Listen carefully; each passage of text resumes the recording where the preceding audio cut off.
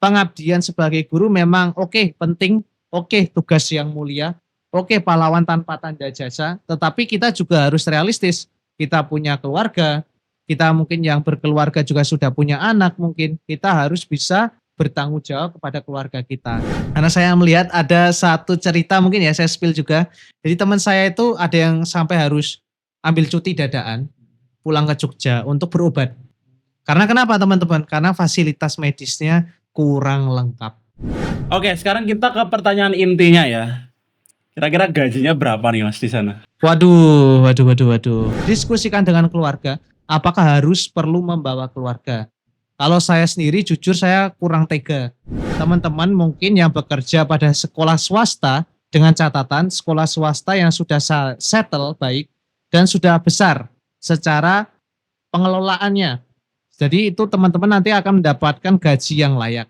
Jadi kalau terkait teman-teman check out di e-commerce, itu fun fact ya teman-teman, barangnya tidak akan dikirim ke kita langsung sesuai alamat yang kita telah isi. Kita pasti diminta untuk mengambil barang di tempat kurir itu berada, di kantor cabang terdekatnya. Oke, halo teman-teman semuanya. Balik lagi di channel Boski Digital Platform. Kali ini kita bakalan beda sedikit ya dari biasanya yang bikin video-video itu. Nah, kali ini kita bakalan ngobrol-ngobrol bareng seorang guru yang pengalamannya cukup banyak ya. Beliau ini pernah mengajar di sekolah swasta di Yogyakarta, pernah juga ngajar di sekolah di salah satu tambang di Sulawesi. Nanti kita bakal tanya ya, terutama gajinya berapa ya. Itu yang penting ya. Nah, kita mulai dulu nih. Jadi ini Mas Ridwan Kurniawan. Beliau ini lulusan dari Universitas Negeri Yogyakarta dan waktu itu ngambil jurusan pendidikan bimbingan konseling. Nah, mungkin kita bisa langsung persilahkan aja nih Mas Ridwan Kurniawan untuk memperkenalkan diri. Mulai kapan nih mulai mengajar, terus guru di sekolah mana? Ya, mungkin silahkan Mas Ridwan bisa dimulai aja. Oke, terima kasih Mas Ahmad. Halo semuanya, perkenalkan nama saya Ridwan Kurniawan. Biasanya sering dipanggil keluarga, teman, atau sahabat Ridwan. Saya berasal dari Gunung Kidul, Yogyakarta. Saya mengambil S1 program studi bimbingan dan konseling di Universitas Negeri Yogyakarta.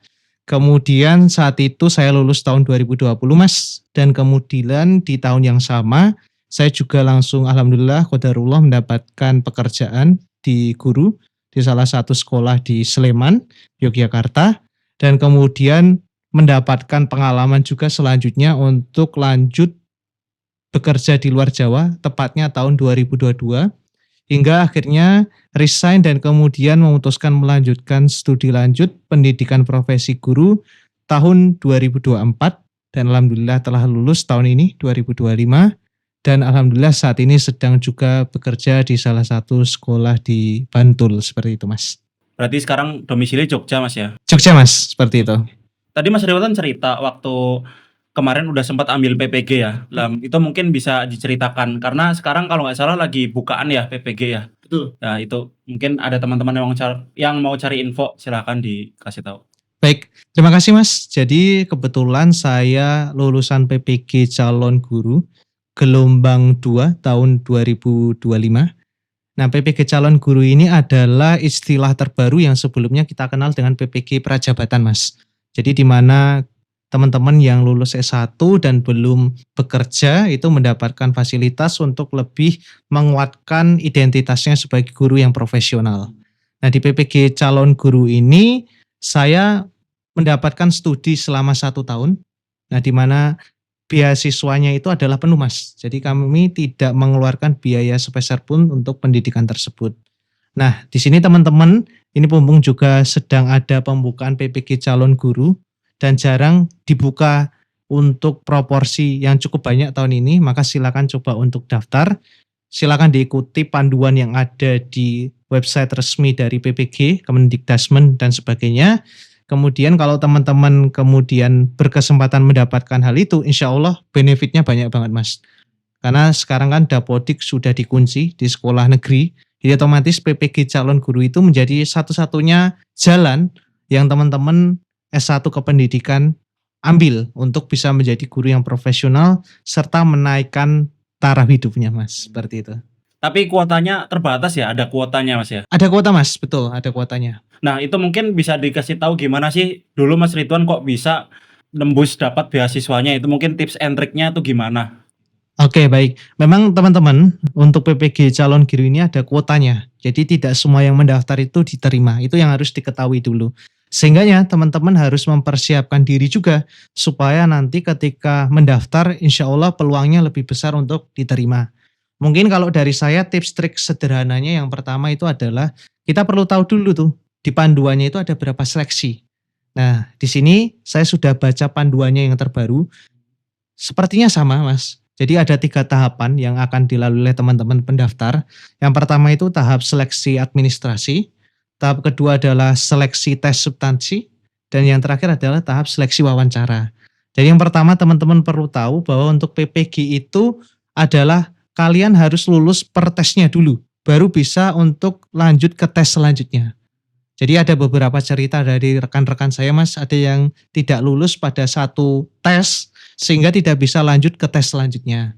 Nah, hal yang perlu dipersiapkan adalah silakan untuk seleksi administrasi, lengkapi dokumen-dokumen yang sudah ada di pendaftaran seperti ijazah, kemudian ada juga akta mengajar, kemudian ada juga transkrip nilai, CV, essay yang dikerjakan di SIM PKB dan sebagainya. Itu silakan dilengkapi. Kalau teman-teman mengerjakannya dengan sungguh-sungguh, insya Allah untuk administrasi pasti lulus sesuai dengan ketentuan. Asalkan program studinya linear dengan yang didaftar. Kemudian kalau tes substansi, silakan teman-teman perbanyak belajar literasi dan numerasi Mas. Karena soalnya itu berkaitan dengan literasi dan numerasi. Kalau di zaman saya kurang lebih ada 100 soal. Dan itu pilihan ganda semua Mas. Dan itu banyak yang tidak lulus di situ. Oh gitu. Jadi ada kayak nilai KKM, tetapi nilai KKM-nya ini tidak kita ketahui. Sehingga teman-teman pastikan untuk belajar ya dan persiapkan diri. Kemudian yang terakhir adalah kalau udah lulus kita tes terakhir, final tes adalah wawancara. Di wawancara ini teman-teman akan mendapatkan 2 asesor. Nah asesor ini kita tidak tahu apakah dari Jogja, dari luar Jogja kita nggak tahu. Dan pertanyaannya itu seperti menguji studi kasus yang telah kita buat ataupun esai yang telah kita buat sebelumnya Mas. Jadi kita harus pastikan benar-benar esai yang kita buat di awal, di tahap seleksi administrasi, itu buatan kita. Supaya kita bisa menjawab setiap pertanyaannya. Jadi kurang lebihnya tips triknya seperti itu Mas. Kalau waktu wawancara dibahas juga nggak tentang pengalaman-pengalaman selama ngajar atau kuliah gitu? Oh iya pasti dibahas Mas. Jadi kita selagi kita sudah lulus S1 dan mau mendaftarkan PPG ini, apa kegiatan yang telah kita lakukan? Atau kegiatan yang saat ini kita lakukan seperti apa? Apakah ada korelasi atau hubungannya dengan kependidikan yang kita ambil? Karena ada teman saya yang mengambil kegiatan yang tidak ada korelasinya atau hubungannya dengan kependidikan dan dia ceritakan dan mungkin itu menjadi faktor X akhirnya dia tidak diterima. Seperti itu. Jadi pastikan teman-teman menceritakan sesuatu yang bagus, real, dan ada korelasi atau hubungannya dengan kependidikan. Seperti itu. Jadi nggak cuman pengalaman aja, tapi harus ada korelasinya. Betul. Itu poin plus Mas untuk wawancara. Seperti itu. Oke, sekarang kita masuk ke pendidikan bimbingan konselingnya ya Mas ya. Oke. Nah mungkin akhir-akhir ini kita sering lihat kasus-kasus di media sosial ya tentang anak-anak kayak gitu. Misalnya yang ngerokok terus ditegur, terus akhirnya nggak terima, akhirnya ribut kayak gitu. Oke. Nah macam-macam lah kasus-kasus unik gitu. Ada yang tentang literaturnya kurang, kayak misalnya dia seharusnya di kelas itu udah tahu nih pengetahuan yang umum gitu, tapi dia nggak tahu gitu. Atau kasus yang misalnya dia harusnya di kelas segitu udah tahu hitungan-hitungan dasar gitu, tapi nggak tahu juga gitu loh. Nah mungkin Mas Ridwan pernah ya menghadapi kasus-kasus kayak gitu. Nah mungkin bisa diceritakan nih gitu. Oke, terima kasih.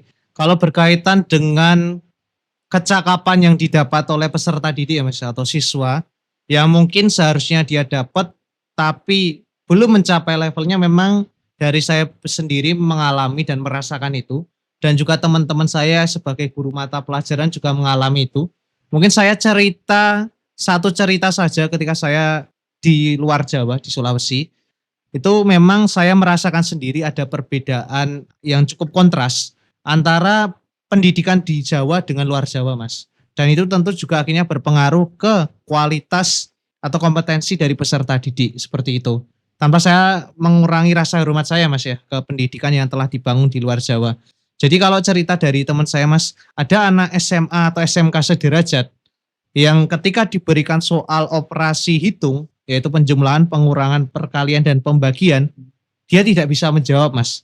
Dengan standarisasi adalah dia tidak mendapatkan nilai KKM atau kriteria ketuntasan minimal. Artinya apa? Menandakan bahwasannya level yang harusnya dia sudah kuasai sebelumnya di SMP atau level sebelumnya, dia belum dapat. Apalagi ketika level itu dinaikkan pada level SMA, SMK sederajat. Nah, tentu itu menjadi satu keprihatinan bagi kami sebagai guru. Belum lagi ditambah tingkat literasi, Mas. Ada yang masih SMA dan SMK, mohon maaf ya, itu membacanya masih di eja. Yang notabene kita sudah tahu kalau ketika anak SD kelas tinggi pun 456 membacanya sudah cukup fasih. Tetapi ada kasus juga di cerita teman saya di luar Jawa yang masih dieja atau diseret istilahnya. Itu kan menjadi suatu tamparan keras ya, Mas, bagi kami dan dunia pendidikan. Bahwa apa yang salah sebenarnya? Kok bisa-bisanya hal yang basic, hal yang sederhana, literasi dan numerasi dari TK, SD kita mulai kenalkan, kok sampai SMA, SMK sederajat menjadi catatan atau raport merah buat pendidikan seperti itu, Mas. Nah, kalau ada kasus kayak gitu biasanya guru BK tuh pendekatannya gimana sih ke anak tersebut? Oke, terima kasih, Mas. Kalau hal berkaitan dengan akademik ya, Mas, terkait dengan kemampuan literasi, numerasi, ataupun kemampuan akademik, biasanya kami tidak bisa bekerja sendiri, Mas. Guru BK harus berkolaborasi atau bekerja sama dengan guru mapel bidang studi untuk saling bersinergi. Terkait yang pertama adalah materi apa yang perlu kita push, kita berikan. Yang kedua adalah pendampingan tambahan apa yang perlu kita berikan. Apakah perlu adanya les tambahan? Apakah perlu ada akomodasi tertentu, seperti adanya pendampingan tertentu, sehingga dia diberikan level kesulitan materi yang berbeda dengan anaknya? Ataukah yang ketiga, kita perlu beri hal-hal lain, Mas, seperti motivasi, ataupun istilahnya pemberi semangat, supaya dia lebih bersemangat lagi untuk belajar, seperti itu. Nah, dari situ guru BK harus selalu yang pertama berkolaborasi, berkomunikasi dengan guru mata pelajaran dan wali kelas. Dan yang terakhir adalah monitoring. Ini yang penting yang kadang kita sepelekan. Kadang kita lihat 1-2 kali anak sudah berubah. Tapi setelah itu kita akhirnya menjadi zona nyaman bagi guru. Akhirnya melepas anak itu. Padahal kita belum tahu apakah anak itu sudah stabil dalam belajar atau belum. Akhirnya monitoring itu menjadi krusial, Mas, untuk tahu anak ini sudah benar-benar settle perbaikan dalam belajar. Seperti itu, Mas. Nah, kalau yang terkait tadi, Mas, kayak kasus guru menegur seorang anak yang merokok gitu, tapi akhirnya dia yang kena masalah gitu. Nah, itu mungkin dilema juga ya bagi guru ya gitu. Nah, itu kira-kira gimana? Ya, sebenarnya itu suatu keprihatinan dari kami ya, Mas, sebagai guru. Karena sebenarnya niat kami itu tidak ada sama sekali untuk menyiksa anak. Itu murni adalah pendidikan yang kami lakukan sebagai bentuk sikap sayang seorang guru kepada siswanya. Karena ada istilah ya, guru itu adalah orang tua kedua siswa ya, benar ya, Mas, ya? Nah, itu bentuk sayang kami. Kami pun tidak serta-merta pasti langsung memberikan hukuman fisik ataupun apa. Pasti kami memberikan yang pertama itu adalah saran, masukan, teguran, seperti itu, Mas. Karena tujuannya kami itu adalah untuk mengedukasi, seperti itu. Tapi apa yang harus kami lakukan jika memang kasus itu terjadi? Yang pertama adalah kita melihat dulu, Mas, karakter orang tua dan peserta didik. Kalau saya sendiri biasanya sebelum tahun ajaran baru, biasanya membagi kuesioner atau angket. Jadi kami jelaskan dulu tata tertib sekolah seperti ini, sanksi atau penindakannya seperti ini, supaya orang tua tahu dulu di awal. Oh, ternyata SOP-nya seperti ini. Mau nggak MOU kerjasama sama sekolah dengan penindakan seperti ini? Kalau dia setuju, maka silakan tanda tangan. Sehingga sekolah pun tahu, oh ini orang tua sudah sepakat terkait dengan sistem sekolah. Sekolah juga tidak bisa disalahkan kalau suatu ketika anaknya ditindak. Jadi sini adalah win-win solution, Mas. Tetapi mungkin ini bisa jadi tips bersama ya. Kalau ternyata guru itu bergabung di tengah jalan dan orang tua mempertanyakan, kok anakku dihukum kayak gini? Maka silakan yang pertama adalah sebelum melakukan penindakan, tanyakan dulu ke sekolah sebagai guru yang baru bergabung. Kira-kira biasanya tata tertibnya seperti apa? Kultur budaya penindakannya seperti apa? Karakter anak seperti apa? Dan orang tua seperti apa? Supaya hal itu bisa meminimalisir kesalahpahaman seperti itu, Mas. Sehingga nanti baik dari guru itu akan aman dan nyaman dalam melakukan penindakan, edukasi dan pendidikan kepada anak. Dari orang tua pun yakin bahwa apa yang dilakukan oleh guru kepada anaknya itu bukti kasih sayang. Seperti itu. Oke, berarti intinya orang tua, sekolahan, sama anaknya itu sebelum masuk situ bikin persetujuan dulu ya. Kira-kira nanti akan ada penindakan kayak gini. Nah, kalau setuju silahkan masukkan sekolah ini, kalau enggak ya sekolah lain mungkin bisa menampung kayak gitu Mas ya. Betul, Mas. Kejelasan di awal, Mas. Oke. Terus mengenai kesejahteraan Mas. Nah, apa benar Mas kalau guru honorer itu gajinya di bawah 1 juta Mas? Oke ya, ini pertanyaannya cukup berat untuk saya jawab. Mungkin saya perlu disclaimer terlebih dahulu ya, Mas ya, sama teman-teman. Bahwasanya apa yang saya jelaskan nanti itu sudut pandang saya sendiri. Yang mungkin pengalaman saya masih kecil dibandingkan banyak orang pada umumnya. Tapi sejauh saya honor atau bekerja sebagai guru, memang gaji guru honor di sekolah negeri, mohon maaf ya, tanpa mengurangi rasa hormat saya, kebanyakan masih di bawah 1 juta, Mas. Atau jauh lah di bawah UMR. Itu memang banyak kasus seperti itu. Dari teman-teman saya juga menceritakan seperti itu. Kecuali teman-teman mungkin yang bekerja pada sekolah swasta dengan catatan sekolah swasta yang sudah settle baik dan sudah besar secara pengelolaannya. Jadi itu teman-teman nanti akan mendapatkan gaji yang layak.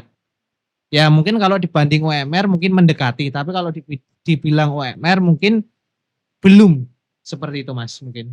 Berarti mungkin ini bisa jadi saran juga ya kalau teman-teman dari pendidikan gitu, mungkin kalau bisa cari yang di swasta atau gimana kayak gitu Mas? Ya benar, silakan teman-teman untuk cari preferensi banyak atau referensi yang banyak soal sekolah swasta yang memiliki gaji yang mungkin menurut teman-teman sudah cukup untuk memenuhi kebutuhan bulanannya. Karena kita harus realistis ya Mas ya. Kalau menurut saya realistis. Pengabdian sebagai guru memang oke, penting, oke, tugas yang mulia, oke, pahlawan tanpa tanda jasa, tetapi kita juga harus realistis. Kita punya keluarga, kita mungkin yang berkeluarga juga sudah punya anak mungkin, kita harus bisa bertanggung jawab kepada keluarga kita. Jadi silakan untuk disesuaikan dengan kebutuhan bulanannya juga, seperti itu Mas. Oke, sekarang kita masuk ke pengalaman kerja di tambang ya. Jadi sebenarnya gimana sih dulu kok bisa ngajar di sekolah salah satu tambang di Sulawesi Mas ya? Nah, itu mungkin bisa ceritakan. Baik, jadi awalnya Mas, sebenarnya saya mendapatkan info dari grup alumni. Jadi di grup alumni kampus saya itu sangat aktif dalam memberikan info lowongan kerja, baik terkait loker yang bersifat kependidikan maupun umum. Kebetulan saya saat itu searching di grup ada yang berkaitan dengan kependidikan, tetapi di luar Jawa. Awalnya itu saya cuma coba-coba Mas, kayak iseng-iseng aja. Karena saat itu saya juga sudah bekerja, tetapi saya tertarik untuk explore diri saya. Saya daftar di administrasi, alhamdulillah diterima.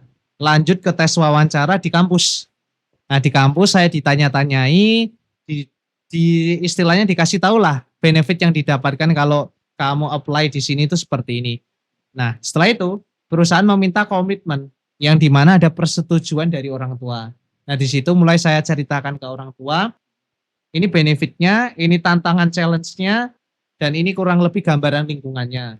Alhamdulillah orang tua setuju Mas, walaupun dengan berat hati, tetapi dengan kesepakatan saya diberikan waktu 2 tahun maksimal untuk mencari pengalaman, jadi tidak untuk menetap.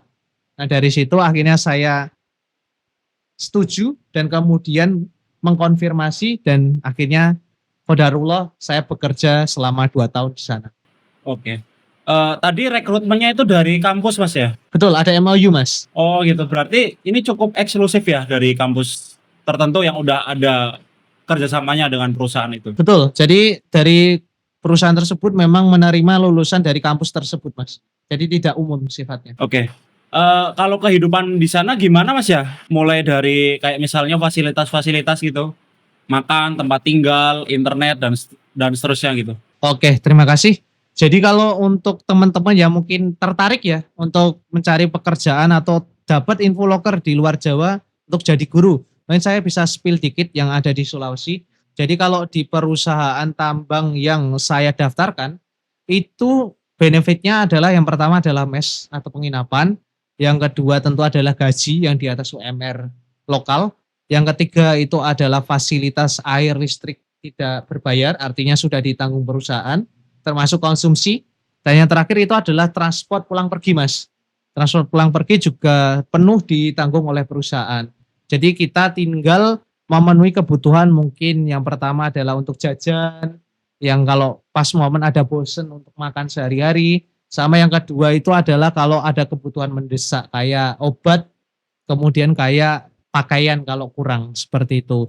Kemudian kalau lingkungannya sebenarnya cukup challenging sih, Mas, karena luar Jawa ya, berbeda dengan Jawa. Tetapi pada dasarnya teman-teman pas daftar pastikan untuk tanya-tanya dulu. Kira-kira kalau di sana itu lingkungannya seperti apa, kondisi jaringannya seperti apa, vaskesnya seperti apa, supaya nanti ketika mau daftar teman-teman udah ada gambaran dulu, Mas. Jangan tiba-tiba udah tekan kontrak, udah offering letter setuju, pas di lapangan kaget. Kok seperti ini? Nggak sesuai. Nah, jadi pastikan dulu ya teman-teman. Seperti itu, Mas. Kalau di sana gimana? Kayak misalnya kesehatan ya, udara kayak gitu tuh gimana? Oke, ini mungkin saya akan sedikit jujur ya. Kalau di lingkungan tambang mungkin plusnya adalah di bagian salary ataupun manfaat benefit lain yang kita dapat, transport, mes dan sebagainya. Tapi tentu ada minusnya juga, Mas. Yang pertama itu adalah kondisi lingkungan, kualitas udara. Karena di sektor pertambangan kan otomatis lingkungan udaranya juga agak sedikit tercemar ya. Jadi teman-teman patut harus selalu menjaga kesehatan, baik untuk stok vitamin, untuk preventif, untuk menjaga kesehatan tubuh, stok masker untuk menjaga dari polusi ketika kita beraktivitas di luar. Biasanya saya selalu double, Mas, untuk menjaga kemungkinan-kemungkinan yang kita tidak tahu. Dan yang ketiga itu adalah rajin check up. Jadi saya itu di sana juga sering rajin check up, Mas. Tujuannya apa? Supaya kita bisa menjaga dan memastikan kondisi tubuh kita selalu sehat dan fit. Seperti itu. Tapi check up-nya itu udah difasilitasi perusahaan kan? Sudah difasilitasi, Mas. Jadi setiap 1 tahun kita MCU lengkap. Tapi kita juga punya prerogatif kita masing-masing untuk mengecek mandiri di klinik. Jadi untuk lebih make sure memastikan bahwa kita benar-benar sehat seperti itu. Nah, tadi mengenai liburnya, Mas. Nah, kalau libur tuh setiap berapa bulan sekali sih dan sekali libur tuh berapa lama gitu? Kalau libur kami dapat jatah cutinya itu setiap 6 bulan atau 1 semester. Durasinya itu adalah 30 hari atau 1 bulan. Tetapi tidak kami dapatkan sepenuhnya 1 bulan, Mas. Paling kami dapat 25 sampai 27 hari. Karena kan masih harus PP ya, pulang pergi. Jadi itu cukup juga menyita waktu juga untuk pulang perginya. Dan juga belum nanti ketika sudah sampai di bandara setempat harus dengan transport mobil cukup lama beberapa jam, sehingga 25 sampai 27 itu estimasinya kami dapat waktu libur bersihnya. Itu pulang pergi cover ya? Tercover, betul. Nah, kalau tinggal di lingkungan tambang tuh sebenarnya memungkinkan nggak sih bawa keluarga? Baik, terima kasih. Sebenarnya memungkinkan ya, Mas ya. Cuman kalau dari POV saya perlu mendisklaimer, ini POV saya saja ya, Mas ya. Karena saya merasa di daerah tambang itu yang saya tempati ya, bukan semua tambang ya, ini yang saya tempati saja, itu mungkin udaranya kurang bagus untuk anak kecil dan untuk tempat hunian dalam jangka waktu yang panjang. Jadi menurut saya untuk yang sudah berkeluarga silakan pastikan lagi, pertimbangkan dengan matang, diskusikan dengan keluarga, apakah harus perlu membawa keluarga. Kalau saya sendiri jujur saya kurang tega. Mengingat apa? Saya kan besar di Jawa ya, Mas, di Jogja. Udaranya bagus, pendidikannya juga bagus, alhamdulillah. Jadi ketika saya mau membawa keluarga saya ke sana itu ada kayak perasaan nggak tega. Saya malah pengen anak saya itu juga tetap di Jawa, mendapatkan pendidikan yang bagus, kesehatan vaskes yang juga bagus, biarkan orang tuanya yang bekerja atau mencari tabungan di luar Jawa kayak gitu. Oke, ini bagus ya teman-teman. Jadi pandangannya yang positif dan negatif itu dikasih tahu semua, karena kadang di media sosial tuh cuman ngasih lihat yang bagus-bagusnya aja gitu, enak-enaknya aja gitu. Nah ini mungkin teman-teman bisa lihat ini sebagai point of view yang lain gitu loh, dan bisa menjadi pertimbangan tentang infrastruktur. Oke. Nah, kalau pesen barang, apakah bener nih nggak sampai ke perusahaan, jadi harus ngambil sendiri? Oke, ini pertanyaannya juga banyak juga sih teman-teman saya ketika pulang tanya itu sih Mas. Jadi kalau terkait teman-teman check out di e-commerce, itu fun fact ya teman-teman, barangnya tidak akan dikirim ke kita langsung sesuai alamat yang kita telah isi. Kita pasti diminta untuk mengambil barang di tempat kurir itu berada, di kantor cabang terdekatnya. Itu sudah umum di sana. Orang-orang di setempat itu pasti nggak kaget disuruh ngambil jam sekian sampai jam sekian di kantor cabang terdekat. Nah, awalnya saya juga kaget, tapi lama-kelamaan akhirnya terbiasa juga Mas. Karena memang kita sebagai pendatang kan mau nggak mau harus menyesuaikan sama budaya di situ, seperti itu. Terus kalau misalnya makan di luar yang di cover perusahaan itu harganya gimana Mas? Lebih mahal atau gimana? Lebih mahal Mas, pasti lebih mahal. Karena secara UMR juga lebih tinggi daerah Sulawesi. Kemudian kalau nasi Padang ya kita bicara nasi Padang ya, nasi telur terakhir itu saya 18.000. Nasi telur biasa. Artinya kalau kita berbicara dengan warmindo yang ada bakmi, ada oseng, ini hanya nasi telur Mas. Iya. Nah kemudian kita bicara ayam bakar. Ayam bakar itu 25-30 satu porsi ya. Dan porsinya mungkin kalau kalian makan dengan di Jogja pasti pada bilang lebih banyak di Jogja porsinya, terutama nasi. Pasti banyak yang komen seperti itu kalau kalian cek langsung di lapangan. Terus kalau berbicara harga minuman, saya pernah nemu Mas beberapa kali es teh 5.000, tapi es jeruk 10.000. Itu fun fact-nya ya teman-teman ya. Saya juga nggak tahu alasannya apa, tetapi memang menu dan harganya terteranya seperti itu Mas. Jadi saya juga kaget. Kemudian bakso mie ayam berapa? Ada yang juga tanya teman saya pas saya pulang. Ya 20.000 paling murah. Mie ayam bakso berapa? 25 paling murah. Seperti itu. Belum ditambahi harga mie minuman. Seperti itu. Jadi sekali makan ya 30 itu normal. Maksudnya makan di luar jatah perusahaan yang diberikan. Kayak gitu Mas. Tadi kalau ayam bakar sekitar 20-an ya, 25 ya? 25-30. Ayam goreng juga sama ya? Sama Mas. Fun fact-nya sama harganya. Sama. Di sini nasi Padang, nasi ayam 10.000 bisa dapat loh. Iya toh? Dan itu nasinya ngambil sendiri. Nah, di sana enggak Mas. Sana enggak. Oke, sekarang kita ke pertanyaan intinya ya.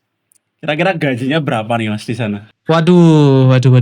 Mungkin saya sesuaikan aja ya Mas ya, kayak saya kasih rentang aja buat teman-teman. Jadi buat pertimbangan teman-teman, mohon maaf saya nggak bisa kasih sedetil itu karena mungkin saya menghargai kode etik yang ada ya. Mungkin kalau kisaran gaji di antara 5 sampai 10 untuk gaji bersih ya, ditambah plus fasilitas-fasilitas yang kalian dapat. Jadi 5 sampai 10 itu rentang gaji yang kalian dapat bersihnya, seperti itu. Nah, tadi kan fasilitasnya cukup banyak ya, dan dari segi salary sebenarnya cukup oke ya gitu ya. Oke.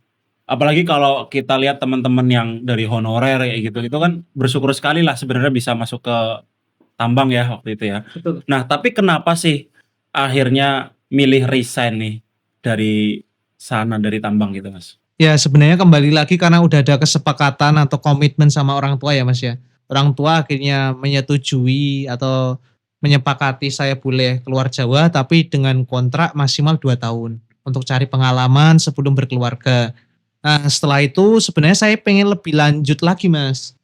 Tetapi mengingat pesan orang tua, mengingat saya besok berkeluarga, dan mengingat beberapa pertimbangan fasilitas kesehatan, akhirnya saya memutuskan kembali ke Jogja. Cuman sebelum kembali ke Jogja memang ada keinginan dari hati saya untuk lanjut studi. Cuman belum saya putuskan apakah S2 ataukah saat itu yang lagi hype itu atau trending adalah PPG calon guru.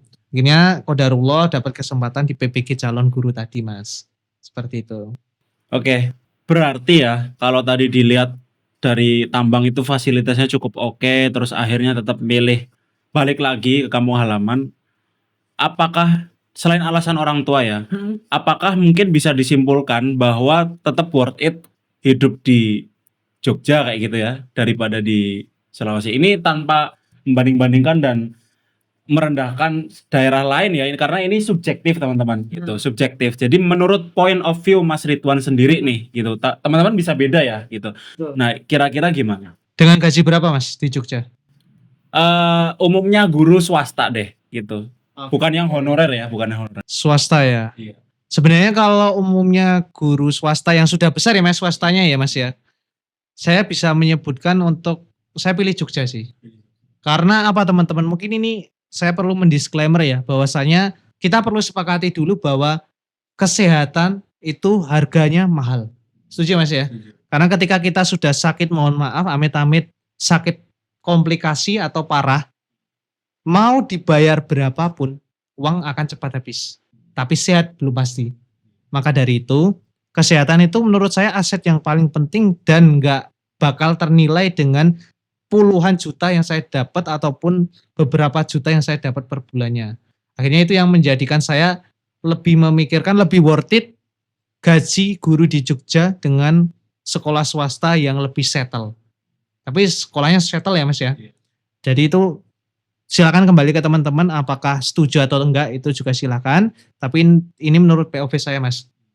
Karena saya melihat ada satu cerita mungkin ya saya spill juga. Jadi teman saya itu ada yang sampai harus ambil cuti dadaan pulang ke Jogja untuk berobat. Karena kenapa teman-teman? Karena fasilitas medisnya kurang lengkap. Seperti itu. Akhirnya dirujuk, dipilih kembali ke Jogja yang lebih lengkap. Itu bukti bahwa kesehatan harganya mahal. Itu tadi. Berarti dari fasilitas kesehatan itu dan pendidikan juga lebih bagus di sini, Mas ya? Oh iya betul, Mas. Saya kan di awal tadi menyinggung soal antara Jawa dan luar Jawa soal pendidikan ya. Tanpa saya mendiskreditkan yang luar Jawa ya. Karena memang ini real di lapangan seperti itu, Mas. Betul. Nah, kira-kira ya, apa saran buat teman-teman mahasiswa pendidikan nih yang nanti bakalan berkarir juga nih sebagai guru? Nah, itu mungkin Mas Ridwan punya pesan-pesan buat teman-teman di luar sana. Baik, untuk saran saya yang pertama adalah memang benar banyak orang yang bilang guru adalah pahlawan tanpa tanda jasa, tapi silakan tetap tegakkan harga diri seorang guru dan diri kalian sebagai seorang pendidik maupun individu dengan mencari pekerjaan yang layak. Karena menurut saya dengan pekerjaan yang layak, selain kita bisa membantu sesama, kita bisa mengupgrade diri kita, Mas. Nah, salah satunya adalah dengan mencari lowongan guru yang memiliki gaji yang at least cukup. Itu. Karena kenapa? Ini kembali lagi ke preferensi kalian ya. Tapi menurut saya dengan kalian memiliki gaji yang cukup, kalian juga memiliki kesempatan untuk mengupgrade soft skill kalian. Jadi siapa tahu nanti ada passive income yang lain atau kegiatan lain yang bisa menambah pemasukan kalian. Itu poin plus, Mas. Karena saya rasa untuk saat ini kalau kita hanya bergantung pada satu pekerjaan, wah susah, Mas. Susah. Kecuali kita harus ngirit banget. Nah, tetapi kan kalau udah berkeluarga, kalau mau ngirit banget kan juga kasihan anak istri ya. Nah itu sih kalau dari saya, Mas. Berarti tetap harus nyari sampingan, Mas ya? Betul, harus cari sampingan dan salah satunya adalah dimulai dengan paling nggak ada satu pekerjaan yang cukup settle penghasilannya. Oke, mungkin itu aja podcast kali ini.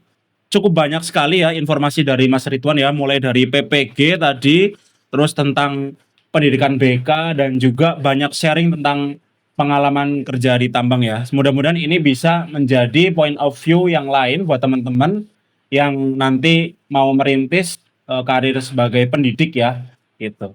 Oke, terima kasih udah nonton video ini. Makasih juga Mas Ridwan udah sharing-sharing di podcast kali ini. See you teman-teman.